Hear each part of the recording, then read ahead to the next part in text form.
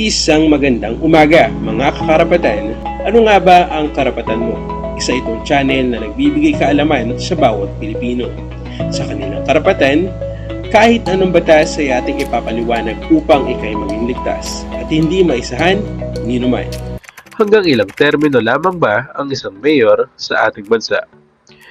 Kada 3 taon, nag-e-eleksyon ang bansa natin sa iba't ibang posisyon mula lokal hanggang national election. Kabilang narito ang pagtakbo bilang mayor ng ating bansa at sa bawat munisipalidad at syudad. As of September 2012, mayroon na tayong 1,635 mayors sa Pilipinas. Ang isang mayor ng bansa natin ay mayroon lamang 3 taon na paninilbihan sa nasasakupan nitong munisipalidad o syudad at ang mayor ay mayroon lamang 3 consecutive terms para magsilbi. Ano ba ang ibig sabihin? Ang ibig sabihin, kung ang mayor na ito ay nanalo ng 3 taon na sunod-sunod, ay bawal na siya tumakbo ulit sa pang-4 na termino na eleksyon. Sa madaling salita, for 9 years, pwede siya maninilbihan bilang alkalde ng syudad o munisipalidad hanggat siya ay nanalo sa eleksyon kada 3 taon.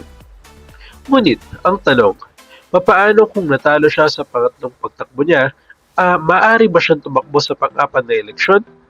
Ang sagot ay oo, dahil ayon sa batas, no elective provincial, city, or municipal official shall serve for more than 3 consecutive terms. Ang ibig sabihin sa kasong ito, kung matalo ang isang alkalde sa ikatlong pagtakbo, hindi ito makaka-apekto sa kanyang eligibility na tumakbong muli pagkatapos nito. Kakailanganin pa rin nilang laktawan ang isang termino upang ma-reset ang kanilang limitasyon sa termino.